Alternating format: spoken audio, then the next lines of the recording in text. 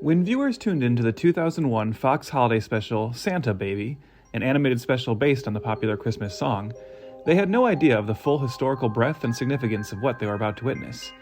Maybe they knew it was the rare animated holiday special to feature a predominantly African-American cast, with Patti LaBelle, Eartha Kitt, Gregory Hines, and Vanessa Williams all providing voices. And if they were big animation fans, maybe they understood that this was, excitingly, the first animated special in 16 years to be produced by the legendary producing team known as Rankin Bass. But they couldn't have known at the time that it would also, sadly, be the final Rankin Bass special, with their partnership officially dissolved shortly after. The Rankin Bass partnership had started 4 decades earlier in 1960. Arthur Rankin Jr., a graphic designer turned TV producer, had recently formed his own successful production company after years of working as the art director for the ABC network. Rankin's company worked on numerous commercials, and it was while partnered with Gardner Advertising that Rankin met Jules Bass, an enterprising mailroom clerk at the firm who delivered materials to Rankin's studio, but eventually rose up the ranks to become Gardner's partner. Rankin was so impressed by Bass's moxie that he poached him from Gardner, recruiting him to team up and form their own new independent studio to produce commercials, animated programs, and feature films, with Bass handling the business side while Rankin handled the creative. The new company was first known as Videocraft International, but would ultimately be rechristened as Rankin Bass Productions. They were immediately successful, developing the syndicated animated series The New Adventures of Pinocchio and Tales of the Wizard of Oz, both in 1961. But it was in 1964 they would rocket to another level, when they created the instant classic TV stop-motion animated holiday special, Rudolph the Red-Nosed Reindeer. This kicked off a string of similar holiday specials, some stop-motion and some traditional animation, throughout the 60s, 70s, and even early 80s, with titles such as The Little Drummer Boy, Frosty the Snowman, Jack Frost, and Santa Claus is Coming to Town becoming perennial favorites in their own right. Meanwhile, Rankin Bass continued to develop animated series for TV, such as The King Kong Show, and cartoons starring the Jackson 5 and the Osmonds. At the same time, they were also responsible for a number of animated features, again a mix of stop-motion and traditional animation, with such notable movies as Mad Monster Party, The Wacky World of Mother Goose, and The Last Unicorn. They even developed 2 animated TV adaptations of Tolkien's Lord of the Rings saga, with The Hobbit in 1977 and The Return of the King in 1980. If one is wondering how the company managed such a prolific output during their heyday, as even the titles I've mentioned represent only a fraction of their work, it's important to remember that throughout their tenure, nearly all of the actual animation for Rankin Bass Productions was outsourced to several Japanese animation studios, including Toei Animation, Dentsu, and most notably, Topcraft, whose eventual dissolution in 1985 would see several of its staff leave to establish a new animation studio, known as Studio Ghibli. Also in 1985, Rankin Bass would debut the successful animated series Thundercats. And although it was popular enough to spawn a couple lesser successful follow-ups from the company, like Silverhawks in 1986 and Tiger Sharks in 1987, these series would prove to be the last of the original run Rankin Bass output, as the company shut its doors in 1987. The duo would reunite just twice more, once in 1999 for the animated feature The King and I, and then the aforementioned 2001 Santa Baby special. But even with the company itself a thing of the past, the legacy of Rankin Bass definitely lives on, not just in the beloved TV specials that continue to be revisited every year, but also in the holiday specials and even blockbuster Hollywood films that strive to pay tribute to them. The year is 2003, and New Line Cinema is ready to give a popular comedic star his first big feature film leading role, and in the process hopefully launch the next big family Christmas comedy franchise with Elf. 10,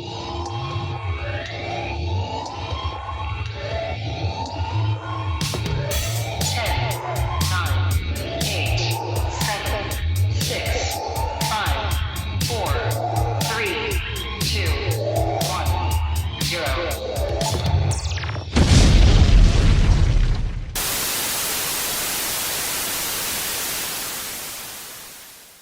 Welcome once again to Fail at a Franchise, the show dedicated to some of Hollywood's most infamous mistakes, missteps, and misfires. This is Trev.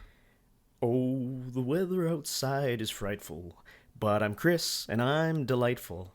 And since we air here and abroad, let it pod, let it pod, let it pod. You're like the Weird Al of the modern era, except Weird Al is the Weird Al of the modern era still. I don't know why I'm like acting like he's dead or anything, but... Well, yeah. He is one of those figures that I maybe have to be reminded is still with us every now and then.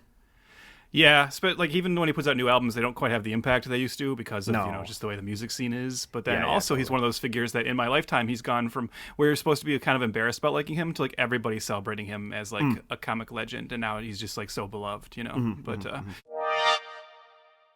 Hey, it's Chris. I just need to jump in real fast here and say that I guess I made a comment that I needed to be reminded that Weird Al is like relevant.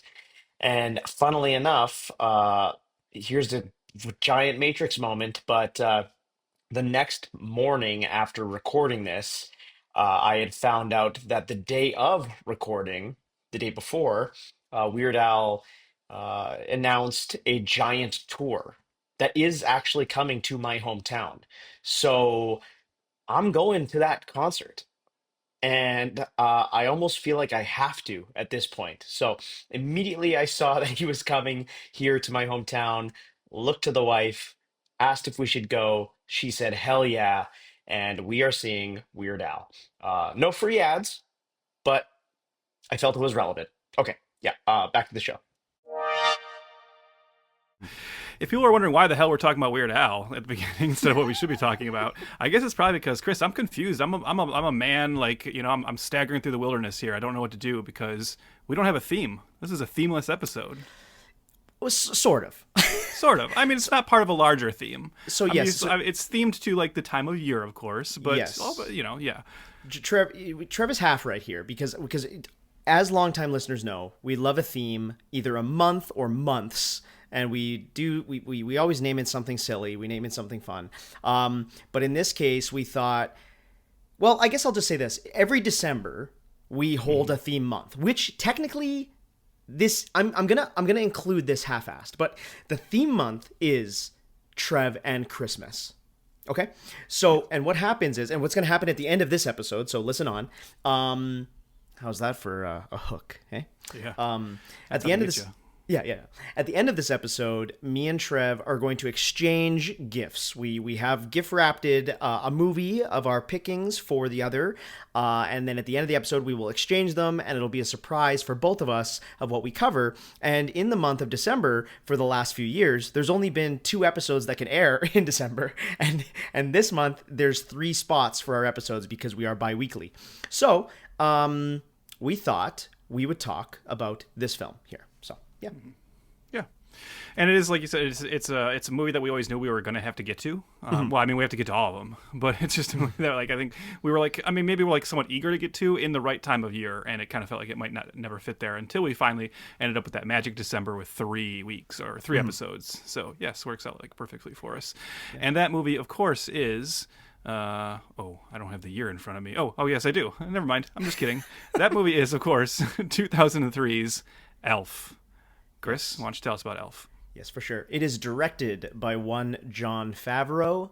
He has directed films like Maid, Zathura, The Jungle Book, The Lion King, Iron Man, the original, 1 and 2, and then the upcoming The Mandalorian and Grogu.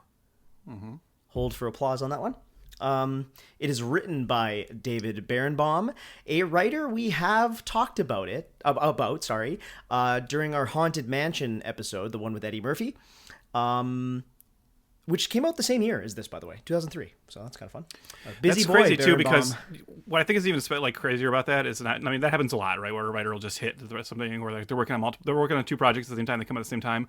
Yeah. But if you put those two movies next to each other, just on visual alone and like sense of humor and everything, I would not think they were from the same year.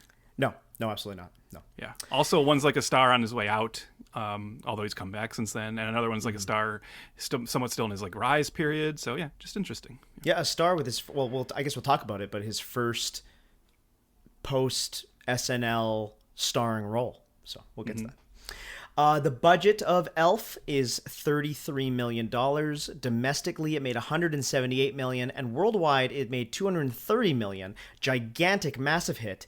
But a plus, I have to say that this movie is the gift that keeps on giving, because I cannot imagine. I was trying to find like actual numbers on this, but think of it, the syndication, home video, and merch money that this movie must bring in. Like this is a $1 billion empire. It has to be.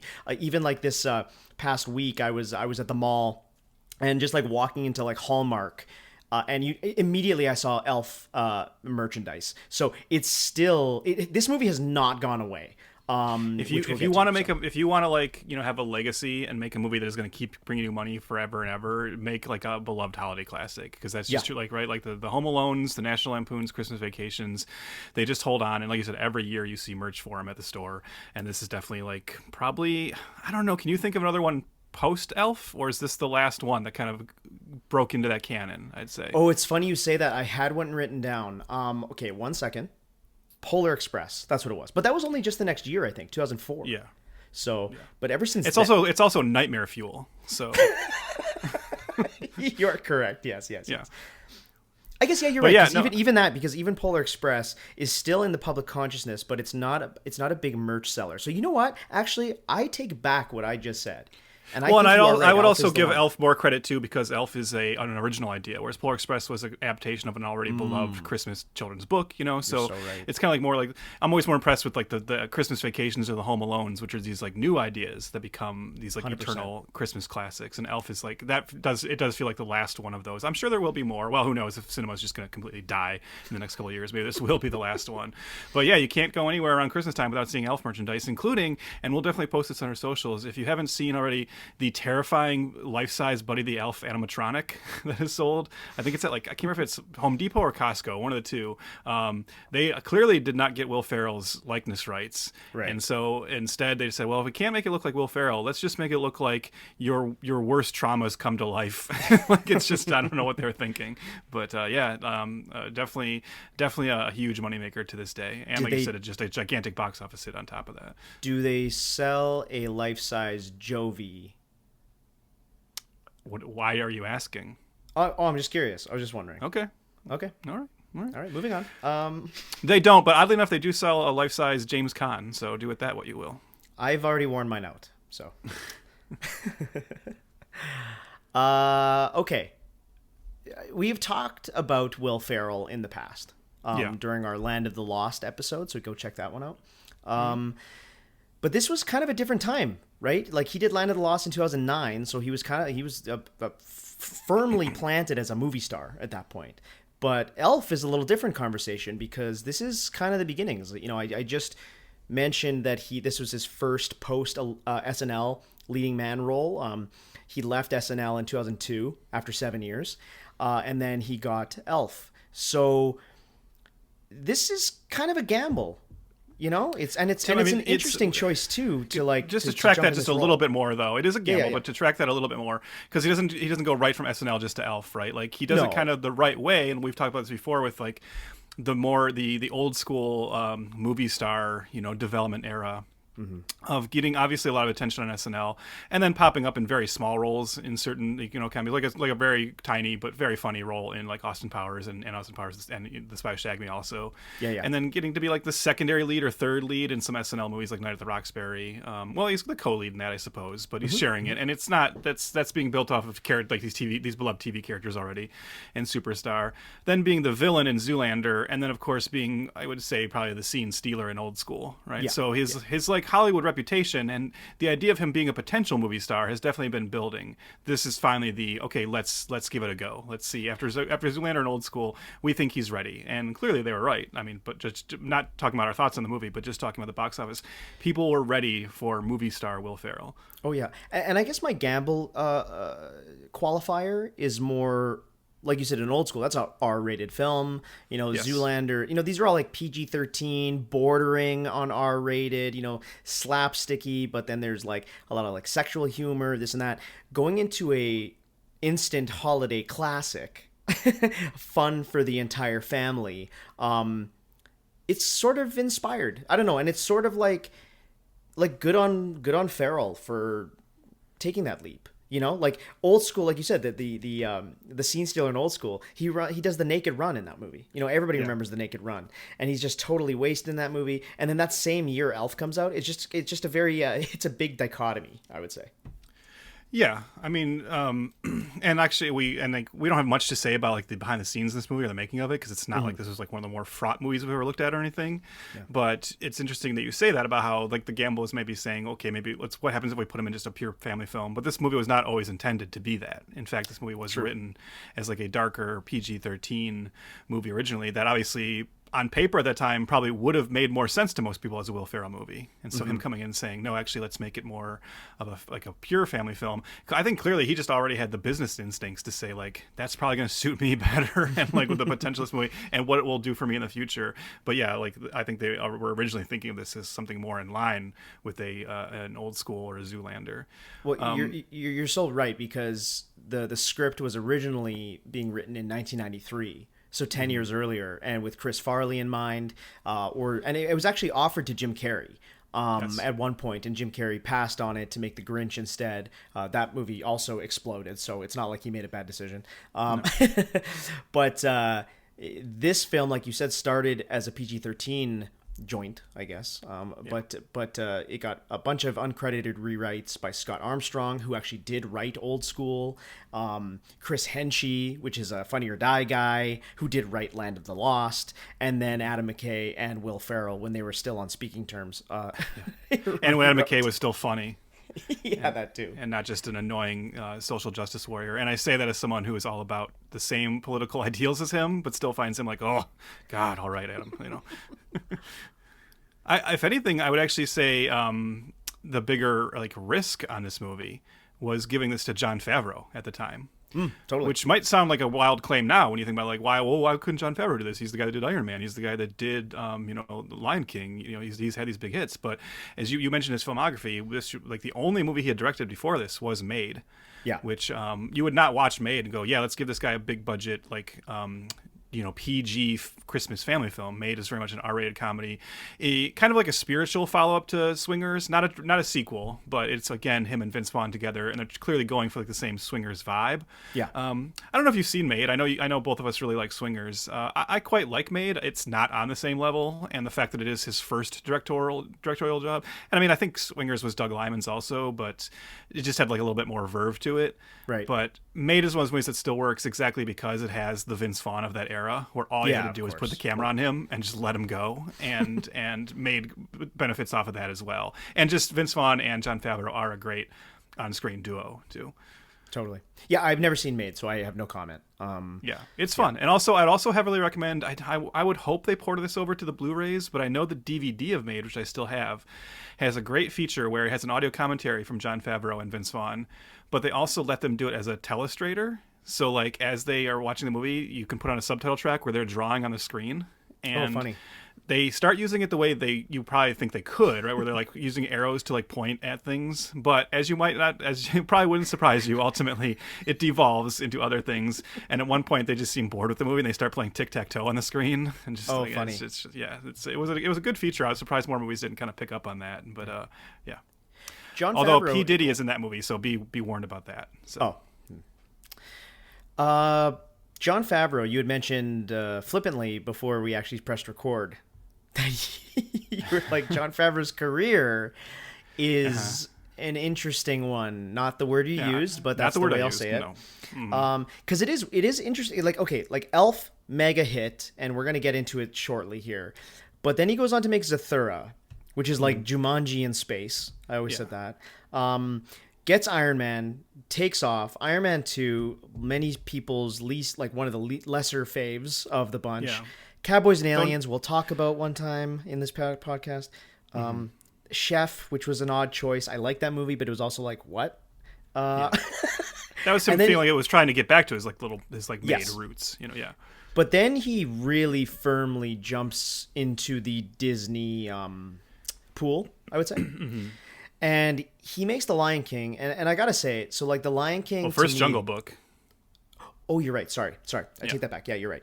Let's jump past the Jungle Book because it's okay, whatever. But The Lion King, I remember. So The Lion King in general, for me as a kid, like, and to this day, is still like one of my absolute favorite animated films of all time. I know that's like a shocking thing to say, but I really do feel that way. So I was really at least interested in seeing The Lion King. and it was very sad to me. Yeah. It was very sad to me, and it was sad for two reasons: the total unnecessary of it all, but really felt like Jon Favreau had just given away all of his creative juices. It was just gone, and that one, it really bummed me out. Did you see The Lion King? I didn't watch it, but I know exactly what you're talking about because it was sad to me even not watching it, because it was sad to me for the reasons you said, and it was also sad to me and just is this the to make the same joke for the second time? Yeah, is this like the death of cinema right now, right? Yeah. Or at least is this like, okay, maybe that's like over, like, you know, being overly dramatic, but is this the start? And this was proven true. Is this the start of a really disturbing trend of these companies just going like, well, let's just take our same IP, try it out again, and say it's live action now, but really it's not. So it's like entirely pointless. I mean, you and I are recording this today on a day where the teaser trailer for the live action Moana was released. Yeah. And it just, again, other than the fact that we have real actors in it, every background, every creature, it's all just animated again. So like, what are we doing here? And Jon Favreau, unfortunately, is going to have the albatross on his neck of being the guy that kicked this all off. Obviously, he didn't it's not his passion project, but he signed on to it when he probably had the clout to not have to deal with that. Then again, it was a huge hit, so whatever, you know. And also, like, I know I jumped past the Jungle Book, but there was still, in the Jungle Book, he still got to do something else. There was, the Jungle Book was not a shot-for-shot remake.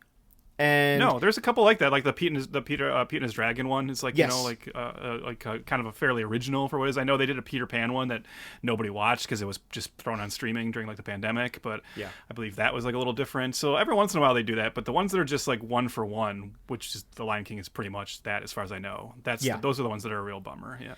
And then now, like, he's gonna make his triumphant return to cinema next year with this Mandalorian movie, and I don't know, man. Like, Jon Favreau used to be one of the guys, and I used to like really look forward to even like his presence in film.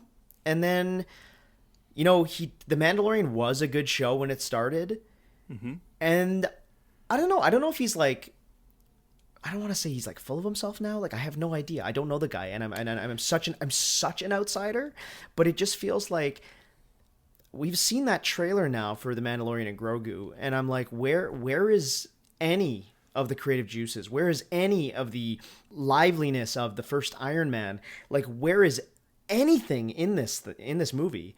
And it's so weird. It's sad. If we could just keep talking about him for like a couple more minutes, because it's just so strange to me, because looking at his filmography, right? So Mandalorian Grogu will be his 10th movie, which according to Tarantino means he has to quit after that. So that'll apparently be his big swan song. But like, from Made to Mandalorian Grogu, you really can't track what the guy's vibe is. That's a movie I'd watch. But like, you know, because like after Elf and after Zathura, it seemed like, okay, I guess this guy is going to be like the family blockbuster kind of guy, right? And then Iron Man happens, and I mean, look, we don't have to litigate Iron Man on this podcast, but you can't state how seismic of a change that was in Hollywood, and the fact that the dominance of Marvel and the superhero genre that continues to this day is largely in part thanks to him. So he is one of the most important figures in cinema history, right? He's in there with Feige because that was his vision, and he like fought for Robert Downey Jr. and everything, and so that's very largely on him. And then you mentioned it seems like he missteps right away with Iron Man 2, but I don't think anyone blames him for that. Instead, he's kind of put out as like the cautionary tale that he was the first director. He launched the MCU, and then he was the first director to fall victim to the foibles of the MCU and the like larger universe planning and not being able to do what he wanted to do, right? So and that kind of chases him away, and because I know a lot of people, including me at the time, were like, well, I assume Favreau will just make Avengers, right? And then he's just like, well, no, I'll keep playing Happy Hogan. I like that character, but I'm done directing these. And then, everything after that's kind of like in the wilderness a little bit. Chef is a hit, I know, but again, that's like a strange outlier. But looking at his filmography, there's a time where it was like, is he going to be the next Chris Columbus after Elf and Zathura? Then after Iron Man, and even heading into Cowboys and Aliens, which we can talk about whether it was successful or not, but it's like, okay, he's aiming to be the next Spielberg. But then after Jungle Book and Lion King, I don't know. Is he just trying to be like the new late period, nobody likes him anymore, Robert Zemeckis? You know, like that's what it feels. And like even with Mandalorian Grogu, you talk about how it feels like his creative juice is gone. there was like I remember when it was talked about how Mandalorian or the Mandalorian the show was coming from Jon Favreau, and it felt like, oh, that's cool. Like as Disney kind of starts to try to relaunch Star Wars, when we were all still young and optimistic about it, you know, it was like, oh, they got the guy who launched Marvel to kind of come in and help with this new phase of Star Wars. That'll be cool, and it seemed like that. But it really seems like in recent years he's taken a backseat to Filoni, who's taken over. Yeah. And I look at Mandalorian Grogu and I understand Favreau's directing it, but I think of it as a Filoni movie, not a Favreau movie. Yeah. So yeah, I don't know. It's just like the clout and power you would have thought he'd had after Iron Man does not seem like it's still there, even though he still had some other big hits. Do you think his clout's not there, or is he just... He's just now... Is he happy to coast? Is that what you're asking? Yeah, 100%. Is he a paycheck guy now? Which there's nothing wrong with that either. Like I understand the film industry is a business first thing. I get that. Yeah. So I've never poo-pooed somebody chasing the bag, you know.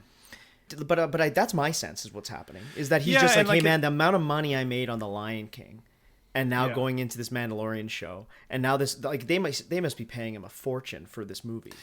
And maybe the headache of Iron Man 2, and then like the frustration of how Cowboys and Aliens went. Maybe it was just like, you know what? I gave it a whirl. I'm just gonna put my head down now and do the easy hits. You know, the things that I know will be like a little bit more successful.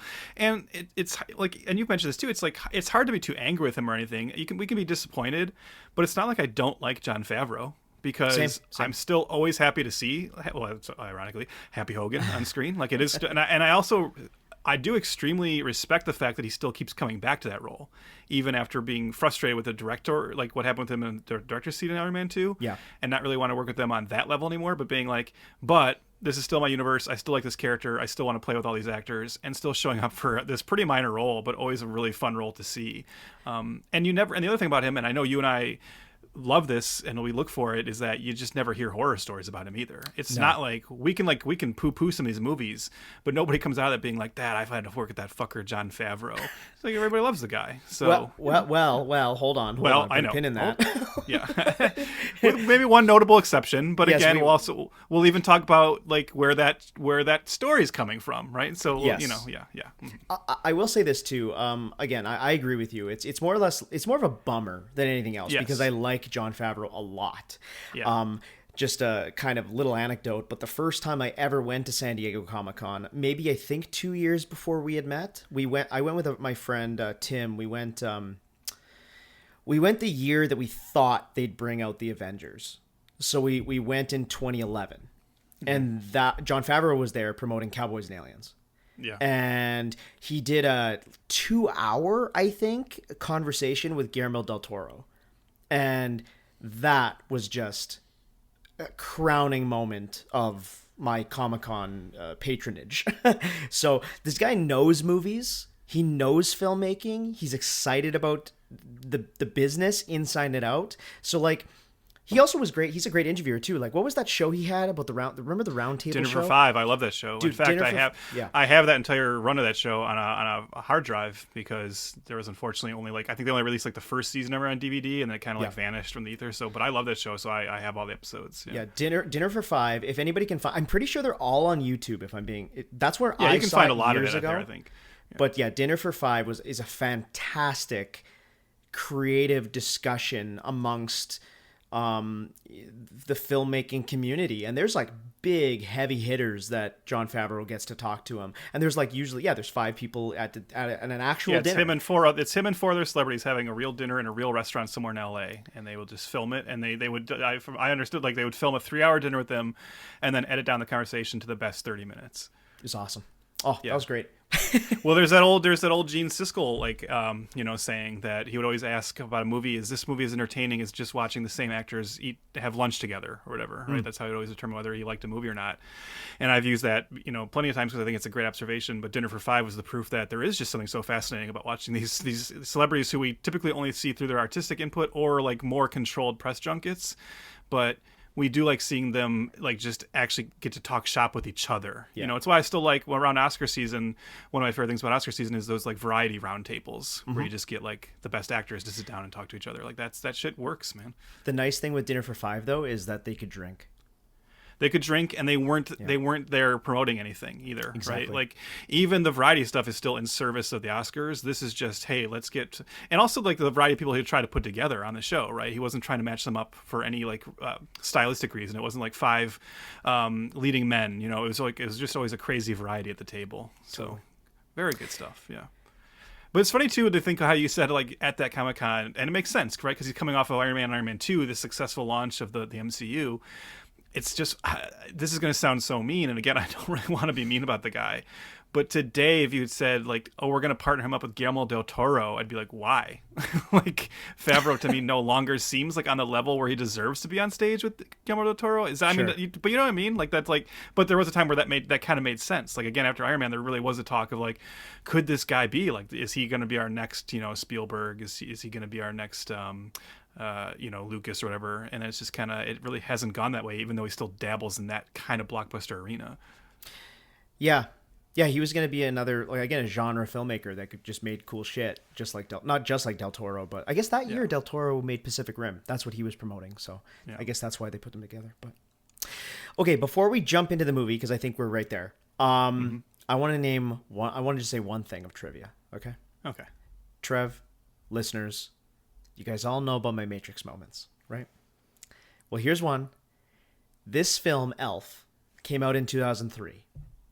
So did the episode we just talked about, I guess 2 episodes ago, Master and Commander, The Far Side of the World.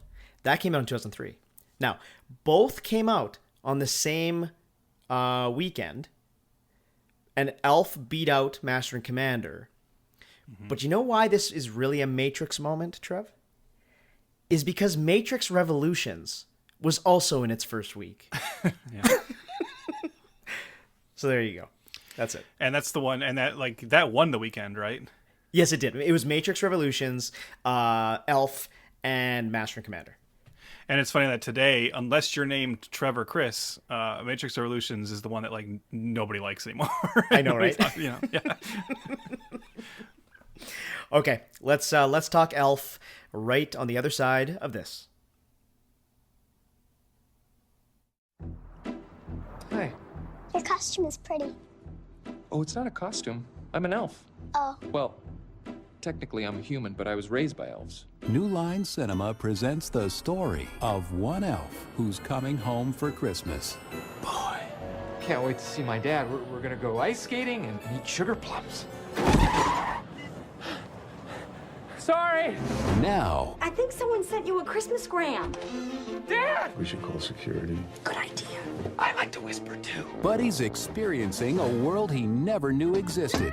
But he's your son. What am I gonna do? He's certifiably insane. Discovering what it takes to fit in. And going where no elf has gone before. What he needs is to be nurtured. Bring him home. Introduce him to Emily and Michael. How long do you think you'll be with us? I was thinking, like, forever.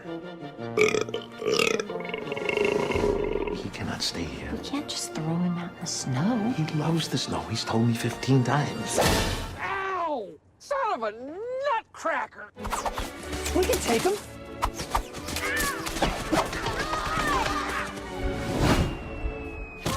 Where did you say you were from? This holiday season, I think you're beautiful, and my tongue swells up when I am around you. get ready I planned out our whole day. I thought maybe we could make gingerbread houses and maybe even hold hands.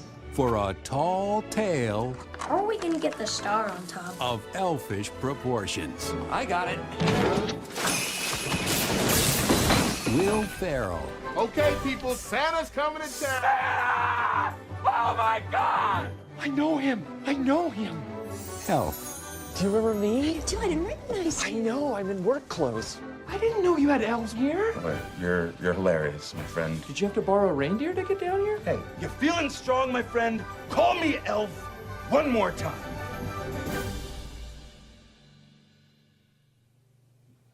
He's an angry elf. Look at you! Ow! Buddy the elf, what's your favorite color? Put that down. Orphaned Buddy accidentally finds his way to the North Pole, where he's raised as an oversized elf for the next 30 years. Having always felt a bit out of place within Santa's magical world, Buddy learns the truth that his biological father, Walter Hobbs, lives in New York City. Buddy then sets off on an adventure to reunite with him, unaware that Walter is in desperate need of some Christmas spirit of his own. Very simple for what is, purposely a simple movie. Chris, I don't know I can't remember if you and I have ever really talked about Elf in the past, and obviously we've talked about Will Ferrell. We were just talking about Favreau, but I don't know. So I'm just kind of curious. Like, I know this is a beloved Christmas classic for many. I know there's also like a little bit of an age difference between us. I'm guessing you were younger when you first saw it. Right. But so I'm just kind of curious to hear, where does Elf stack for you? Where does it stack in your like Christmas movie kind of pantheon? And just how do you feel about it overall? So I've had Letterboxd since 2013, right? The movie logging site. We have both of mine and Trev's profiles in the podcast app right now. So go check that out if you want to look at what we're watching and follow along. But I've had Letterboxd now for 12 years, okay? And I have never logged this movie. Although I'm pretty sure I watch this movie every single Christmas. So this is a mainstay background watch that's on rotation at my parents' house when we all get together for Christmas Day. Elf, Christmas Vacation, Home Alone, 1 and 2. So those 4 movies are kind of just like on repeat for like the whole day. Sometimes Christmas Vacation gets 2 viewings. But yeah, Elf has like always been in my proximity. But today was like the first time I had like really watched it in forever. Like I don't even remember, not today, but like, you know what I mean? Like this episode. And it's always amazing to me when a movie has such everlasting appeal, and especially Christmas movies, right? Because there's like roughly 500 Christmas movies that come out every year, and especially in the age of streaming, it's just a different world here, but there's just a lot that come out. But there's only a certain few that become cultural mainstays, and Elf is undeniably one of them. And I know you said we've never talked about this movie, but I do know your feelings on the movie already, just so you know. Yeah. But my feelings on the movie is that this is like pure Christmas comfort food for me. I really like Elf. It's very memorable. It's very pleasant. It's very just delightful. Like it's a mixture of so many things that people love about Christmas, like all wrapped into one. Pun unintended, by the way. But Will Ferrell like really owns this role, and he commits 100%. And I just think it's like a real joy. I don't know, like it's kind of what I want from a Christmas movie, and I really love how much old school filmmaking techniques are thrown into this film. We didn't really mention that before, but Jon Favreau wasn't really into making this movie at first, but he came on board because he realized, I can kind of make it an homage to Rankin Bass Christmas specials. So he employs a lot of old school filmmaking, claymation, 2D animation, miniatures, matte paintings, forced perspective like Lord of the Rings. And I don't know, I really like this movie. There's one plot point that I actually did feel was a negative watching this over, so I'll wait to tell you that to see if we picked up on the same thing. But I love a fish out of water story. You know that about me. One of my favorite. Hey, I'm going to bring it up first. One of my favorite Star Trek movies is The Voyage Home, because of that fish out of water stuff. But no, I think I just like Elf. I like this movie, and I know that's a crazy thing to say about a cultural touchstone that is on almost every single top 10 list out there for Christmas movies. But I'll throw it to you, and we can kind of get into it. Hey, don't worry. If you want to hear crazy things to say about Elf. Yeah, exactly. See, I know exactly. No, look here. Okay, here's the thing. Listeners, get ready. Listeners. Chris is going to try and paint a certain picture of me in this episode. I know it's coming because it's come even recently on this podcast. And so I want to just put a barrier up first before Chris comes in with character assassination and tries to present a very particular version of me. Let me just read a list of Will Ferrell comedies I enjoy. I do love Anchorman. In fact, Anchorman I think is still my favorite comedy of like the 2000s. Old, Wet Hot American Summer's up there, but Anchorman is right there with it. Old school, love it. Zoolander, great. I like Blades of Glory, which I know not a lot of people like. I know with like you and I are in that small minority of people who love Anchorman too. And I also really like Eurovision, which I feel was like overlooked in the Netflix era. Here's a list of Christmas comedies I really enjoy. Home Alone 1 and 2, you already mentioned them. Of course, National Lampoon's Christmas Vacation. Scrooged, huge favorite of mine. Ernest Saves Christmas, kind of simple, but I like it. I really love A Christmas Story, obviously. And I even really like the recent Christmas Story sequel that was done on streaming a couple years ago.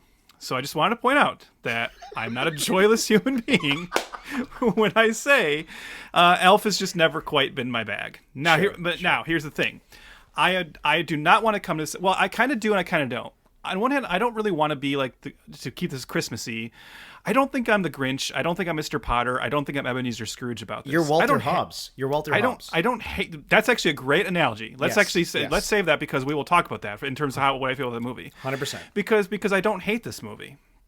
It's fine, right? It's just every time this was like my third time watching it. I think I watched it when it first came out, and I had this reaction to it, and so I kind of stayed away from it for a while, and then I decided to give it another shot because everybody loves it, and I kind of felt the same way, and then I watched it again for this, and every time I visit it, I think my reaction is just kind of like, okay, I guess, but there is a part of me, I'll admit, that's a little baffled as to why it is as beloved as it is. And even hearing you talk about it, and again, I know some of that is like age, I mean, with our age difference, I know I was 64 when I first saw this and you were like 7 or whatever, right?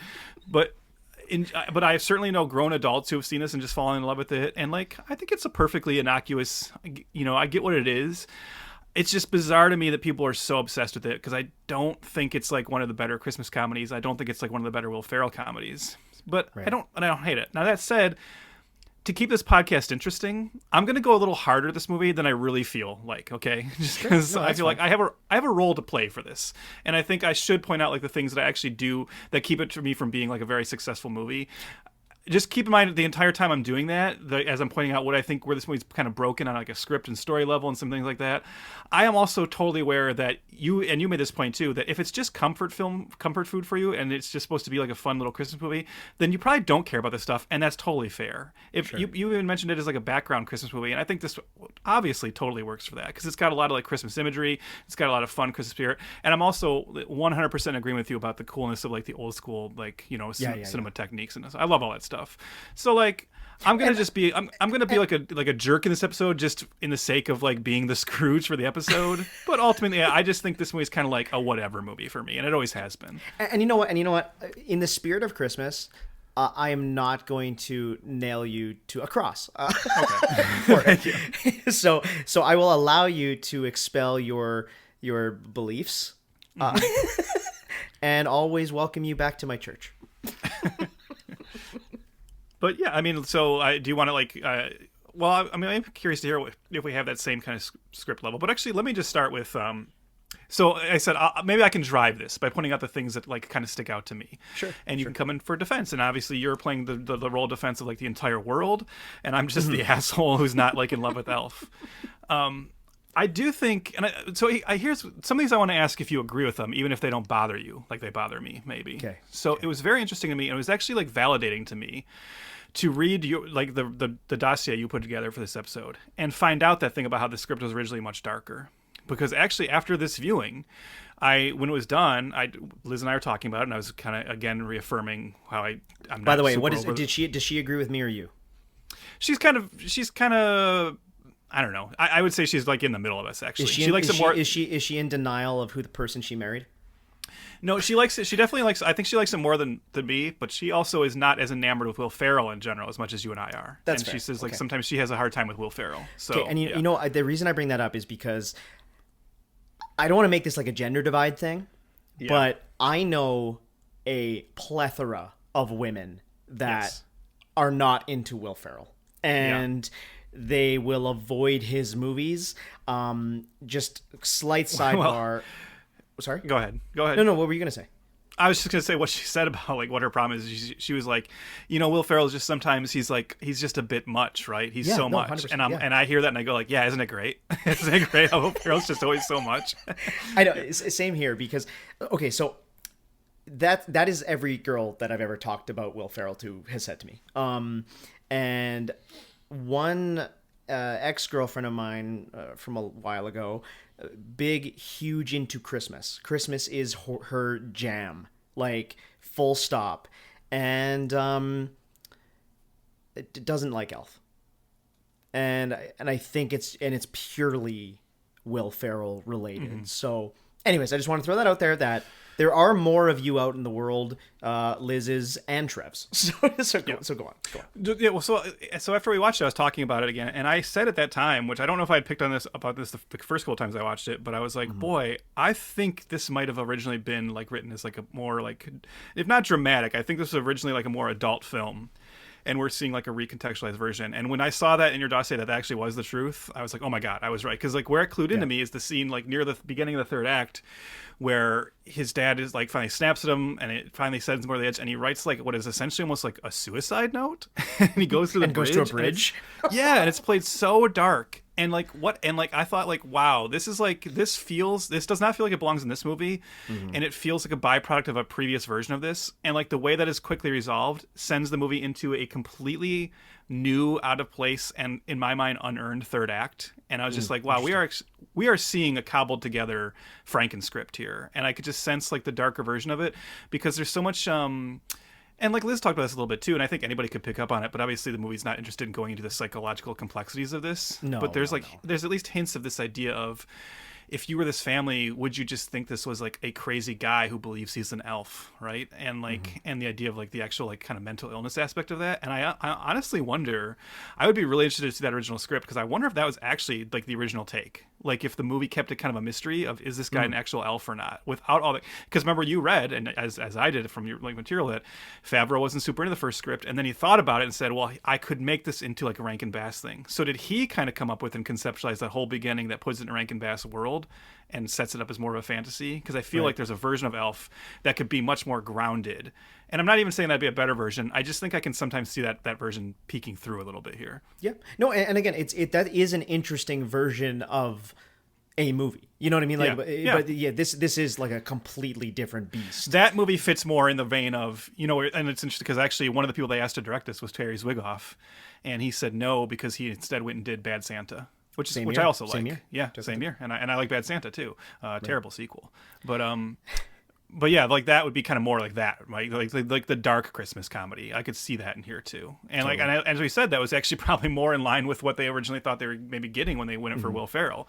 And he was the one who said, no, I want to do a Home Alone, so. Right. Interesting. Can I bring up my noticeable, I guess, negative? I wonder if it's kind of similar to, because like I feel like maybe you already hinted at it, but go ahead.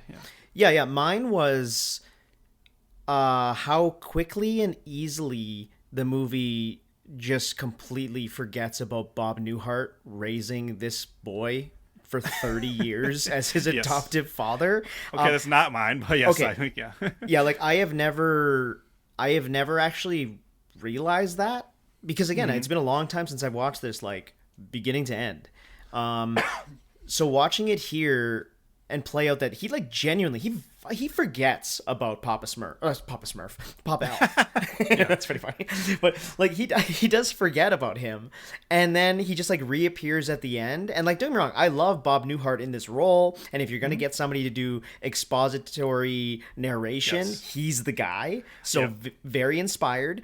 But this movie is like the anti-found family movie. Like James Gunn would hate this fucking movie. It's very. I did feel that this time.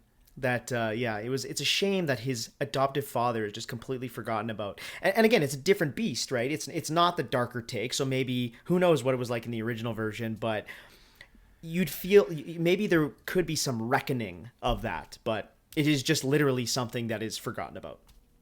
you're picking up on that, and my argument to that would be that's just indicative of like a lot of stuff like that in this script, in this movie. I feel like this movie forgets about a lot of stuff and only brings it back when it's convenient. And this is what I mean about how, to me, I just watch this, and this is obviously true of a lot of comedies and just a lot of big budget movies nowadays. And there are even movies I still like that fall into this, but I can watch this and sense like different writers at play and different ideas at play at different times, and them not following necessarily always picking up on each other's like what they've been setting up.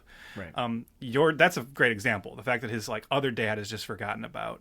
But I mean, even beyond that, at the very beginning of the movie, this idea is raised about how Santa's talking to him and talking about how like the Christmas spirit is kind of dying in the world a little bit, right? Like it's not really there. And then the movie pretty much forgets entirely about that until the third act, when it brings it up again, just because it has to, for like a plot convenience of wrapping up the storyline, right? And even the way it's presented in the movie, where they're like, oh my God, the Christmas spirit it's my sled died because my sled is powered by Christmas spirit. Except for the entire movie, we've been watching a New York City that is completely decorated for Christmas. We've been seeing a lot of kids very excited about Christmas. We've been seeing, like maybe the couple characters who are somewhat grumpy, but they don't seem like a Scrooge level of grumpiness. So like the idea of like the Christmas spirit being dead is not really a through line until it needs to be again at the end. And then the way they even resolve it is like 10 people sing a Christmas carol, and that like that's like fucking like nitrous for his sled all of a sudden. Like that's all it took. Well, I'm pretty sure there's at least 10 people that were excited about Christmas in this movie before that happened. So it just feels like really simplistic and sloppy to me. I push back on that because the family dynamic of our main characters, the Christmas spirit, isn't exactly there. Walter is going through it. It's so business focused. It's taking advantage of children on the creativity level. Just print it, sell it, they'll buy it. With the book situation, and then even asking him to work on Christmas, he's like, yeah, whatever, fine. And then the people fly in from out of town again. So around our core characters, it's a little, even in the department store, it's all about just getting the business done, going through the lines, hiring Artie Lang as a Santa Claus who's like a drunk. Like it's, so I push back that it's never there. The lack of Christmas just feels very going through the motions. Sorry. I guess this Christmas spirit is going through the motions because yes, it's Christmas, we have to, but it's all about big business. And then at the end, which is actually a moment that I really, really love, and I'm just mad that you're poo-pooing it right now, is like showing the cast and characters that Elf or that Buddy has touched throughout this film, like getting in the Christmas spirit and pointing their Christmas spirit for a purpose. I think is very meaningful, and it does, and it's actually like one of my like top like Christmassy moments. Like I just love, it just hits me, and the John Debney score is so good. It's so whimsical. It's so magical. I really love it. So I push back on what you said there. I mean, I hear what you're saying. I just think like the movie's not doing an amazing job of setting up that singular family as like symbolic of this larger thing that's happening in the world, which I feel like suddenly the third act wants to try and make that connection, and it feels a little strained to me. And even so when I said I didn't want to be like the Grinch or Mr. Potter, and you said no, you're Walter Hobbs, that kind of comes around like the point I want to make with that. And this is what I thought maybe you picked up on, is that I'm not sure for this kind of movie that like the James Caan character is like, evil's not the right word, but I don't feel like he's Scrooge enough.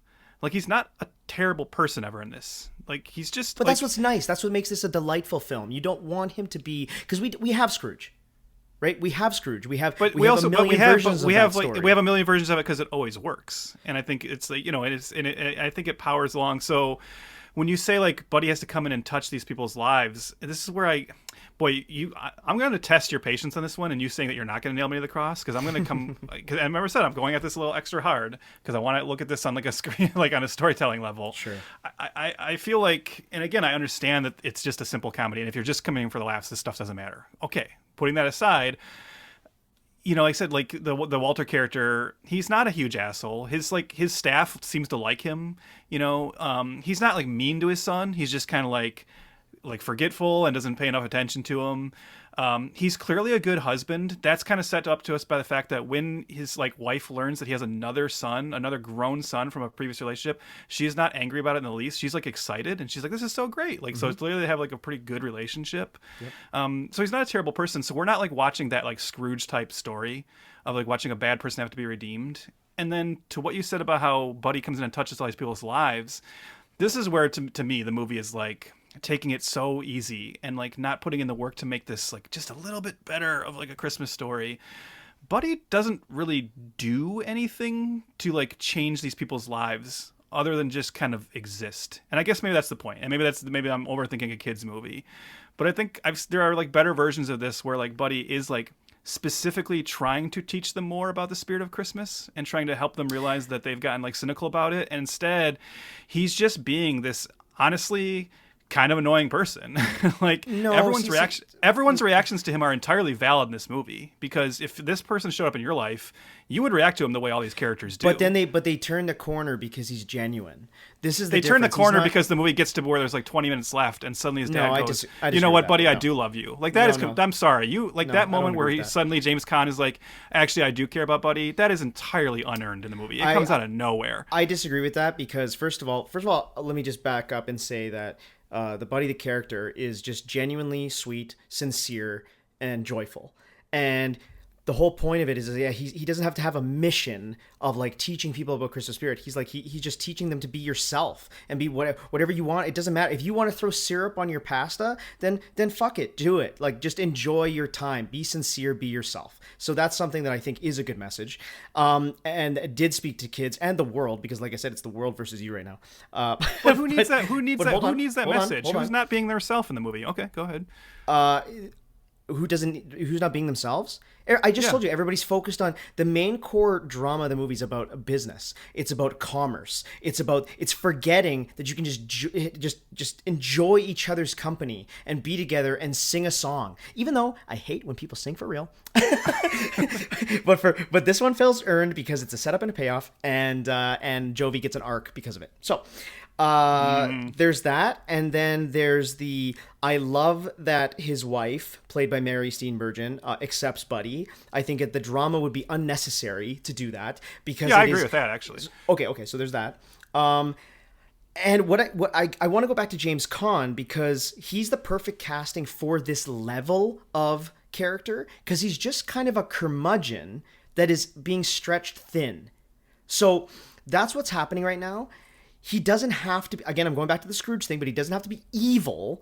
And I think what's the perfect casting, why you get somebody like James Caan is because he can be a curmudgeon, he can be hard as nails, but he's so charming that you can allow him to be an estranged father and then root for their reunion. Because you still want to be able to root for Buddy to get his acceptance and vice versa. If you have a fucking dickhole, it becomes combative. So what I like about Walter Hobbs' character, of him being, yes, he is a genuinely good guy, but he's lost focus on his family. And you think it's changing on a dime about him accepting Buddy, but Trev, he's still his fucking son.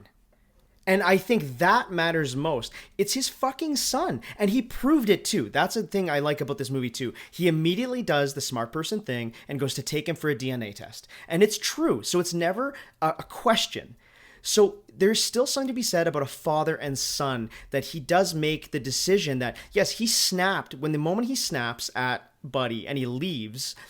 And then his son comes to him and says, "Hey, get your fucking shit together." He doesn't say that in the movie, but his son comes. It'd be great if he did, though. That'd be amazing. That was in the PG-13 script. But his son comes to him at his place of work and saying, "You know what? You keep forgetting about us and our family. Like, give your head a shake." And he does. And he goes, "You know what? You're right. Let's go find Buddy." and he's my son still. That is so. But that's what I mean, and this is where I do think you are forgiving it because of the tone of movie it is, and that's fine. And like I said, that's fine. But I mean, what you just described is literally like changing on a dime. Like it is like the last time I saw my son, I was furious with him because he was screwing up with my job. He got me in a really precarious position. You've never been mad at anybody you care about. You've never been mad ever, and and then like 3 hours go by, and you're like, you know what, that was fucking stupid. But we've only seen him consider like Buddy that way, and it's like, and it's been like it's been building and building. He has been a tea kettle that has been building to the extreme. And then blows, and then his son comes and goes, "Wow, Dad, you're kind of a jerk." And he goes, and because the movie needs it to, because it's time for the third act, he goes, "You're right, I am a jerk. I'm going to quit my job. I'm going to quit my job. I'm going to give up everything that like provides for us, and then I'm going to go find my son, stop him from killing himself on this bridge, apparently, and then I'm going to go and meet the real Santa and barely react. He pulls a Leon Kennedy in Resident Evil, and here you don't care. You're fine with it here because it's I'm gonna bring up our late great David Lynch. And yes, say as one does when watching Elf. Yes. You do. And he states that movies are a moment in time. Okay? Mm-hmm. So, yes, in this moment of time, he gets the clarity. But we didn't see the last year or two that he's been a dick to his kid or been so forgetful that it has, yes, you're right, the whole movie is bubbling. But maybe it's been bubbling for months and months, and he finally snaps, and sometimes that's what it takes. I've snapped before. I'm snapping on you right now. But it's like you snap and you get so mad, and then you have like you have clarity afterwards, being like, oh my god, okay, that was stupid. I need to fix this right away. I have to just apologize and make things right. That is a human thing. I think that's a very natural thing, and that's why it connects with so many people. Yeah, but I just wish, like, to me, like, the better version of this, and the version that would work for me more, and I think move me more, was, like, if I said, and maybe I'm looking for, like, the more simplistic version, but again, I'm talking about, like, Christmas Carol, which is proven that it works, is, like, if Buddy was, like, the one specifically teaching Walter those lessons, like, if he actually, like, verbalized him at some point, like, you're kind of being, like, a dick to your son. Obviously, Buddy wouldn't say that, but, like, again, Buddy just comes in as this force of this chaos. It's like a cipher. It's really it's strange because we were talking about how like a lot of people say like, well, Will Ferrell's too much for them, and like the Buddy character is interesting because there's a certain kind of comedic character that is just meant to like make everyone insane, right? Because they're just kind of in their own little world and they're oblivious to their effect on everyone. Sure. And I think I compare this to like the character of Ace Ventura. Which is like Ace Ventura: Pet Detective is a movie that when I was younger I like loved, and I still think it's like pretty funny. You know, I never really liked the sequel, but the first one was pretty funny. But I do watch it now, like kind of removed from my like childhood thoughts of it, and go like, boy, this guy does suck, right? Like if this guy came into your life, you would hate him because he's like so fucking annoying. And I think. But then I love the Marx. Ace Ventura is not sweet though. He's not sincere. Well, yeah, but I love the Marx Brothers who are like that, right? And they're just like pure chaos agents. And the difference, like with this is like the key to these kind of comedic characters, right? Is who they're being assholes or who they're being crazy around. Right. The Marx Brothers were always put up against members of high society. So they're being like oblivious and treating everyone like insane, but you're happy because it's like you're watching like the rich uppity people get their comeuppance. Buddy is kind of coming in and like just being like this with everybody, and like that's why I said like everyone's reactions to him is just completely valid. But it's not chaos though. He's not coming in and like Cat in the Hat style. He's coming in and just being like I'm just saying like he redecorates the store. That's chaos. Like Walter's annoyance with him is like earned to me. Because he's not like kind of ever taking a hint or taking a lesson. Like when he's like, the fact of like being disruptive at his job or calling him on the cell phone over and over and over again and not just listening to him when I say, and now here, this is where he is emotionally stunted. He's emotionally stunted, and this is where you mentioned the thing about 3 weeks ago. Well, yeah, and I want to get into that because you said that the movie forgets about Papa Elf. Well, maybe that's a good thing because I'm going to make the case that the elves in this movie are terrible people, and it starts at the top, starting with Santa, because they adopted this young human baby. Yeah. And then they raised him as an elf. We learned that for 30 years, they've been feeding him nothing but sugar. They know better than that. Guess what? This movie might have a happy ending. Buddy is going to die 2 years after this movie wraps up. That's why there was never a sequel. Buddy is going to go into like a sugar-caused heart attack 2 years after this because the elves have been feeding him nothing but sugar. They also let him go to New York by himself, even though he's never left like the North Pole. They don't explain to him anything about human society. They don't tell him about money or the fact that he'll need a job. They don't even tell him that he'll probably want to wear something different when he gets there. The elves suck. They set Buddy up for like pure like failure, and like worse than that. Like, I'm not surprised he ends up on a bridge contemplating suicide. The elves did this to him. I know you're trying to be funny right now. I'm just saying, it's all there on the page. It's all there on the page. But like, again, this is like just a whimsical tale, you know? Like, I mean, yeah, and what you want is just not the movie. You know what I mean? Like, again, it goes back to rewriting the movie. But what you're explaining is like, yeah, just take out the essence of the film. It's like, no, this is. Well, I'm not the one who rewrote the movie. 10 other people rewrote the movie. That's what I'm saying. Like, and it feels clear to me. That's what I'm saying. Yeah. Like, and like, I mean, like, and I mentioned, like, you know, to your point, like, you do normally, you normally are bothered when characters encounter supernatural stuff and don't react, and that happens in this. And again, they're always reacting to him. So, and there is no. I'm talking about when Walter meets Santa, and he's just like, oh, I guess Santa is real, and he's like, I guess I'll help you with this sleigh, and it's like, what? First like, of all, he doesn't believe him when he's meeting him. And then it's happening. It happens only when the Santa finally flies over them, and it has an amazing reaction of the crowd being fucking dumbfounded. So much the reporter doesn't know what to say, as she's been talking constantly on the store on live on her report from Central Park. I disagree with that. The people do react to this happening. They do. There's this small group of 15 people that are sitting there are rousing with their and voices, thankfully, this singing small together. group of 15 people entirely save the spirit of Christmas. This, like, it wasn't just them though. People were singing. Everybody, Buddy has met up to. You get cross cuts where they are in the city. They're all singing to themselves, and it's pointed. There's a direction, and also Jovi and her arc. So Jovi and her arc, we learned earlier that her water was turned off, and that kind of like never comes back. The idea that she's like going through these hard times. Nothing about like, again, what Buddy like brings to her life changes. Remember, that she's anyway. sad during Christmas, so that's another reason too. She's sad because of it. She seems aimless. So you keep saying that like there's no sense of. You keep saying she's that okay, but again, like I'm asking asking you beyond the fact that the movie tells us that like just having this like crazy person who you would think is like just an insane person who thinks he's an elf show up in your life and be like kind of wild. Like, what about he's that? He's not like, Cat in the Hat. This is the thing. Okay, you're misinterpreting. Listeners, I guarantee you've seen Elf, right? Millions upon millions, and then also generations have watched Elf.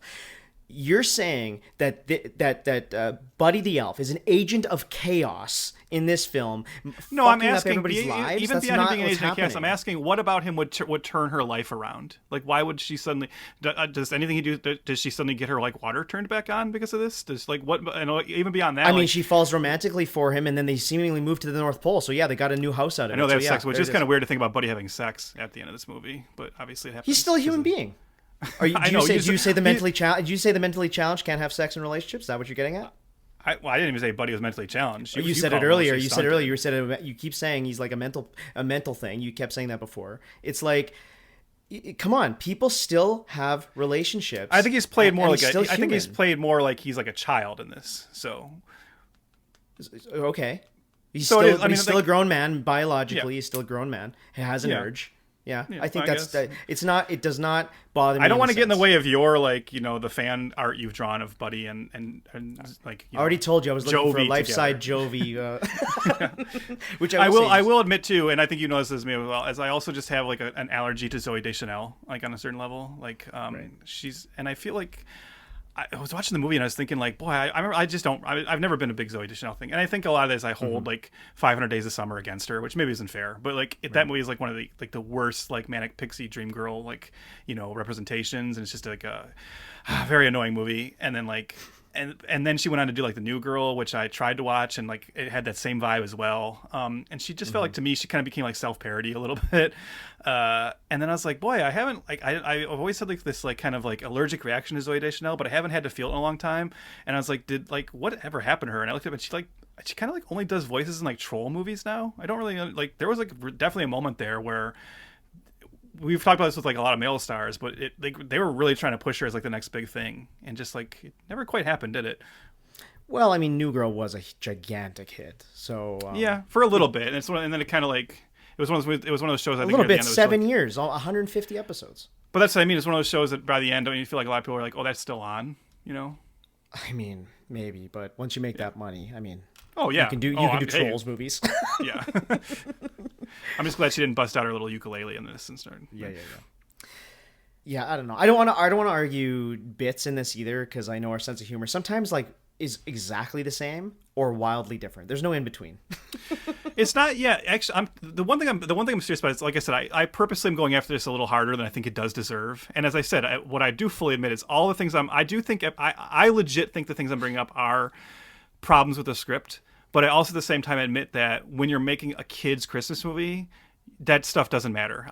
So I made the point, like, right, I'm talking about the things that could have been pushed a little further and maybe made to me like a more effective like story. But I also get that people can like bypass that if they just want to have a fun time with a Christmas spirit movie. So perfectly fair. So my problems are actually all more on like a story level. They're not on even like the comedy level. Like the comedy of this movie is like, it's like fine. It's not, I will say this, it's not like my preferred pitch of like Will Ferrell. I like Will Ferrell when he's more of like a Ron Burgundy type character. So like what you said about him being sweet, like that's obviously why everyone falls in love with Buddy in this movie. But like that's not like, I actually do like the more kind of bloated, like oblivious version of like Will Ferrell. Like that's just like more my take on it. So, but yeah, but I have no problem with the humor in this. Like that's perfectly fine. My biggest laugh in this movie every single time, in a movie filled with moments and memorable scenes and classic bits and stuff, like the Pop Goes the Weasel, the belch, of course, the snowball fight, the mailroom drunk dance thing. The laugh that does get me every single time is when he like accidentally offends Peter Dinklage. Damn it! I'm in love, and I don't care who knows it. Buddy, not now. Can you please go back to the pit? I'll come visit you in a little while, okay? I didn't know you had elves working here. Boy, you're hilarious, my friend. He doesn't. Get back to the story, please. So, on the cover above the title. Does Santa know that you left the workshop? You know, we're all laughing our heads off. Did you have to borrow a reindeer to get down here? Buddy, go back to the basement. Hey, Jackweed, I get more action in a week than you've had your entire life. I've got houses in LA, Paris, and Vail. Oh. Each one of them with a 70-inch plasma screen. So I suggest you wipe that stupid smile off your face before I come over there and smack it off. You feeling strong, my friend? Call me Elf one more time.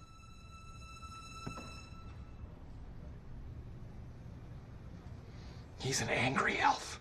And his voice and cadence and timing is so perfect. He's like, "Oh yeah, did Santa really forget about you?" or whatever he says. And then I just find it perfectly played by Will Ferrell. So I think that's Isn't it interesting to watch a movie that's made pre Game of Thrones to where Peter Dinklage's name's not even in the opening credits? It is weird. It is strange. Hey, you brought up the snowball fight. I'm glad you did. Chris, can you hit me with a little bit of what are the rules? What are the rules? What are the rules? What are the rules? What are the rules? Hey, he's the movie been building up that muscle. The movie has been making a huge point about how he is not an elf, he's a human, and about all the other elves like ostracize him because he has no elf abilities. And then suddenly the snowball fight happens, and for one scene in the movie, he has superhuman abilities suddenly, to where we see he can make like 100 snowballs in 2 off-screen seconds, and then throw them with an animated arm that is not just like a fast pitching arm, but like he can turn his arm into like a Gatling gun. So he does have at least one superhuman ability. I'm gonna explain it to you. I'm gonna explain it to you right now. Okay. Did he get Tommy John surgery up in the North Pole? No, this is what it is. Okay, remember my thing about him being a grown man and having urges, and he's never had a human female? Yeah. Well, he's had a lot of training, okay? He's had a lot of training. So, yeah. Anyways.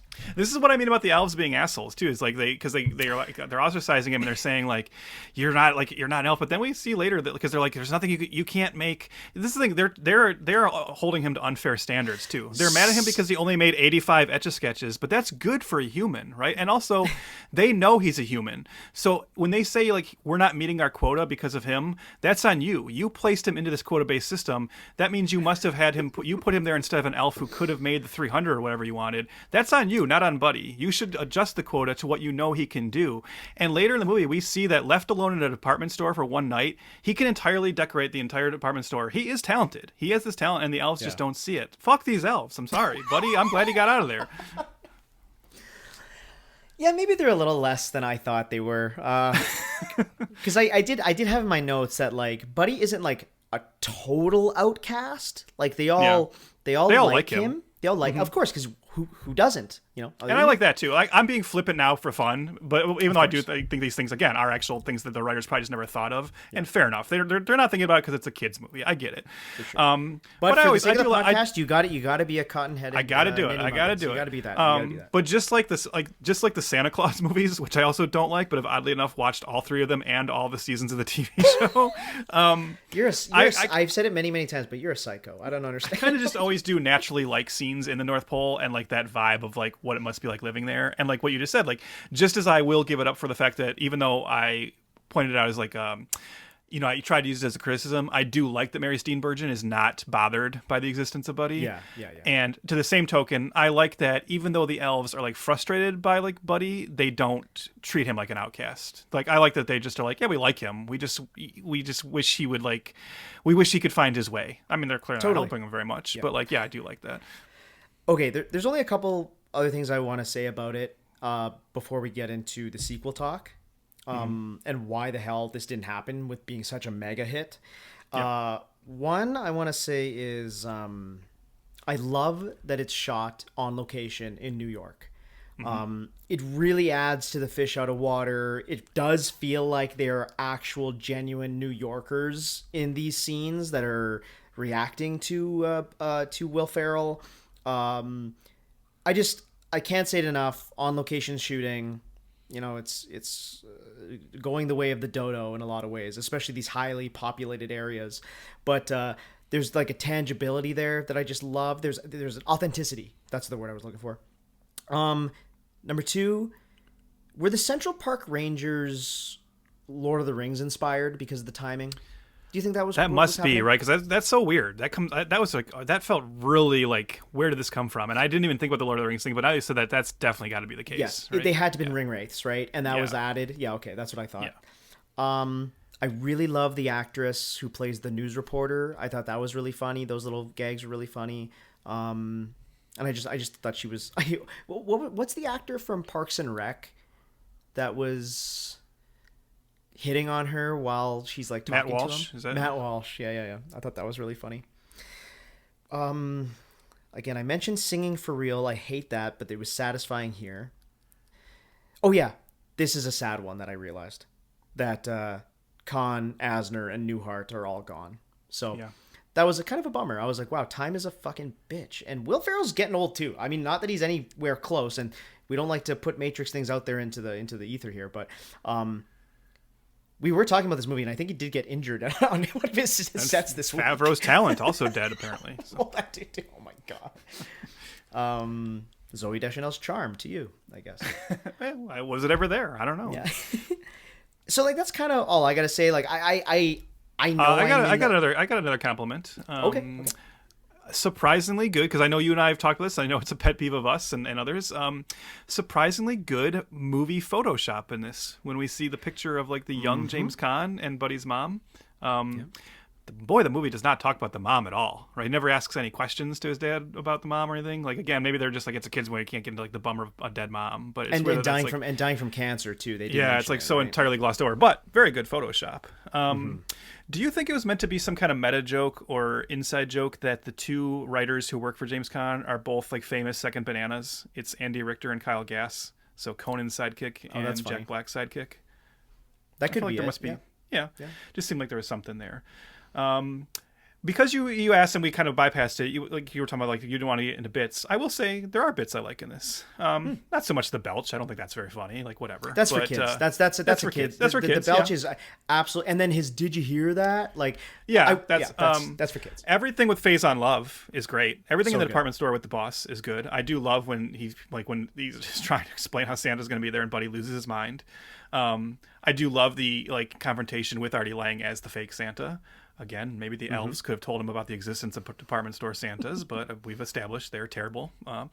But no, that stuff works. So like a lot of the stuff in the department store I think is funny. So yeah, it's not even like it's not that I don't think it's a funny movie. And as I said, I don't hate this movie. If we're wrapping up again, it's just not my flavor, Will Ferrell, and I just think it's like it's totally fine, but it's never going to replace the Christmas comedies I mentioned as like my go-to ones. I just think this one is like one for me that just kind of exists, and I'm happy people enjoy it. This is not a movie to get angry about people or get too like confused about people liking. I'm just always like the slightest bit dumbfounded that it's as beloved as it is. But hey, more power to it. Yeah. The canceled sequel. Well, maybe not canceled. But this is a rare case. This is an interesting one where I don't know if we've ever had one of these before, where it seems like everybody wanted the sequel except for the star. That's really been the problem. If you will just ask, if we don't even have to have that big of like a speculation or thesis here. Why isn't there an Elf 2? Because Will Ferrell does not want to do it, and that's pretty much it. Yeah. Yeah, he has a quote here from an interview he did in 2021 with The Hollywood Reporter. He says, I would have had to promote the movie from an honest place, which would have been like, oh no, it's not good. I just couldn't turn down that much money. And I thought, can I actually say those words? I don't think I can, so I guess I can't do the movie. And that's so much money he's talking about, was $29 million. Yeah. Mad respect to him for like not like just cashing in and like, you know, Favreau could have learned something from him. Oh, 100%. And then there goes on, we further learned in the research. Again, this is all kind of hearsay, but it was from one James Caan. He was on a radio show, and he blamed the holdout not just for, you know, Will Ferrell wanting to love the material and have a reason to do the sequel. It was because, hey, Trev says that everybody loves Jon Favreau. It doesn't sound like Will Ferrell liked Jon Favreau. Caan said, we were going to do it, and I thought, oh my God, I finally have a franchise movie. I can make some money, let my kids do whatever the hell they want to do. However, the director and Will didn't get along very well. Will wanted to do it, and he didn't want the director. And Favreau had it in his contract. It was just one of those things. Yeah. Interesting. Like, again, you don't know how true that is, or like what, you know, how privy to the truth that Caan was or anything. But yeah, maybe. I know I'm going to, just for the sake of my sanity, I'm going to imagine that it was probably that on set, Will Ferrell kept raising all the very valid critiques I had and saying like, hey, don't you think my dad should be like a little meaner? And don't you think there should be like more of a story arc for Jovi? And the same Favreau that would later on go on to do The Lion King and Mandalorian Grogu came up and he was just like, nah, it doesn't matter. And so I'm just saying, like, Will Ferrell's probably more on my side and you were more of a Favreau. So that's how it falls down to me. But yeah, I'm sure Will Ferrell hates Elf every time he looks at his bank account. Yeah. So yeah, that's the reason why this movie didn't get made. Will Ferrell, he's the holdout. But honestly, like, as even like, can I ask you, like, as someone who like loves this movie and it is one of your like classics, do you want a sequel? I guess that's the important question. You know, I don't care, but like, I think it's great that there's not one, right? I mean, it's a complete story. And I know it does end with him going to the North Pole with Jovi, and they have a kid. So, you know, there's maybe something there, but then you're getting into Son of the Mask territory. Yes. You know what you're getting into is all the Santa Claus sequels, where 100%. You have to keep stretching this mythology and coming up with like all these new wrinkles and adding in additional Christmas mythology to the point where it just starts to get like so ridiculous that you're just like rolling your eyes when the next one comes along. And that's where you're So the fact that it's singular is actually much better for its reputation too. Like it can just be this thing that will be revisited for ages to come. Yeah. Like it probably deserved a sequel, a franchise, but yeah, I'm in the camp of, well, it's a Christmas classic, so leave well enough alone. So yeah. Okay, that's Elf. How are you feeling right now? I'm fine. Like I said, I knew what my role is to play. Just the way you took a big inhale or whatever. Anyway, go on.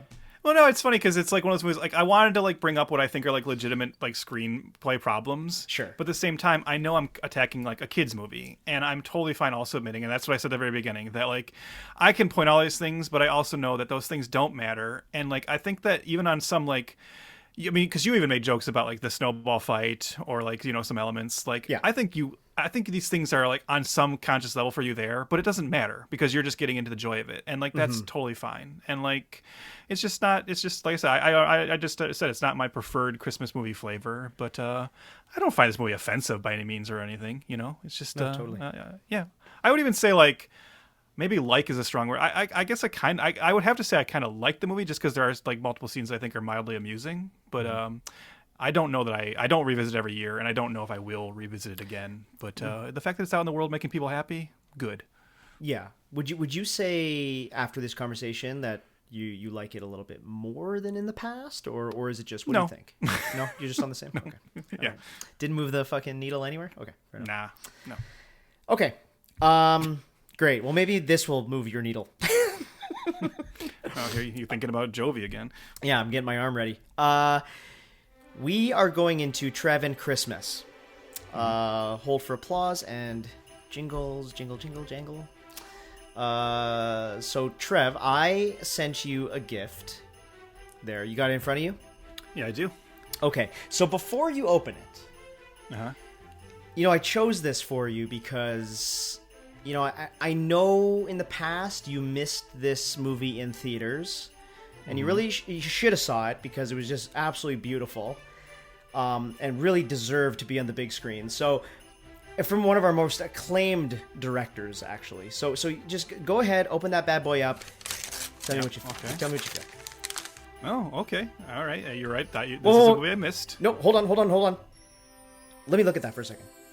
Oh my god, this is the last time I order anything from Temu. I wanted to get you Frankenstein, the Guillermo del Toro movie that just came out. Yeah. Like, this is I, Frankenstein? Oh my god. Oh my god, I, Frankenstein. I'm so sorry. I'm so sorry. You know, I mean, I will... Well, no, I guess I shouldn't say too much. We'll save it for the episode. But, thanks, buddy. Thanks for this great gift of I, Frankenstein. I didn't mean to get you it.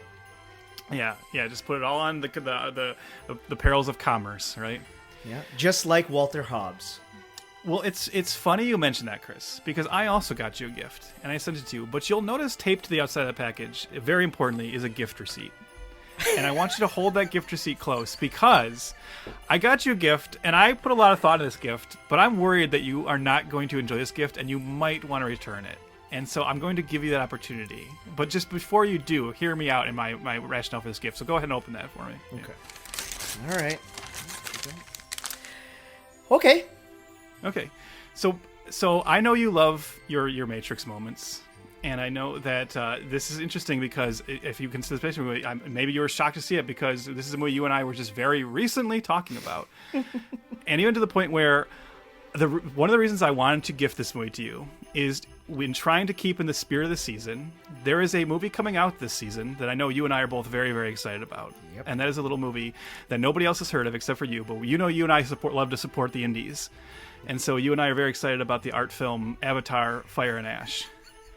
And because I'm excited about Avatar Fire and Ash, I thought, wouldn't it be fun to visit another James Cameron movie? Not a James Cameron directed movie, but a movie James Cameron's been very involved in, spearheaded a passion project of his, and a movie that is still talked about to this day about potentially getting a sequel. And I thought, in your love of Matrix moments, I thought if we do this episode and we watch this movie, perhaps we will be the final thing, the final button that is pressed to get the actual green light for the sequel to Alita Battle Angel. Now I ask, will you accept this gift, or do you want to pause just in case the sequel actually happens? You know, if it wasn't for the Matrix moment that happened today, which I almost did not send to you because I had a feeling you were going to pick this movie as my gift. Yeah. but I thought, we are recording today, so I have to send him this quote that James Cameron, that was from Empire Online, that was published today, November 17th, that he has made a blood oath with Robert Rodriguez to make the sequel. Now, I will point out, he's been saying shit like that for 5 years now, but go ahead. Yes. So he has been saying that, but you know what? Yes, I graciously accept the gift. I think we have to. Yes. I think we can't rely on James Cameron to...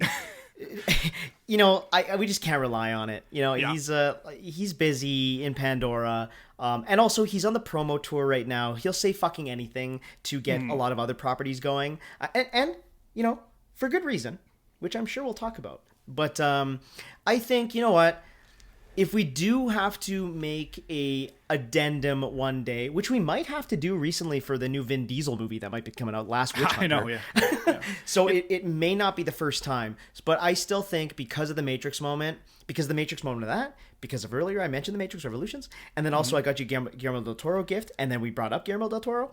Unbelievable. It's the holy trinity of Matrix moments, so we have to do it. Yeah. Okay, great. Thank you. Good. Okay, listeners, I hope this was fun. I hope we filled you with some holiday cheer. Season's greetings to one and all. And join us for the next 2 episodes. It is Trev and Christmas. Nothing says the holidays like I, Frankenstein.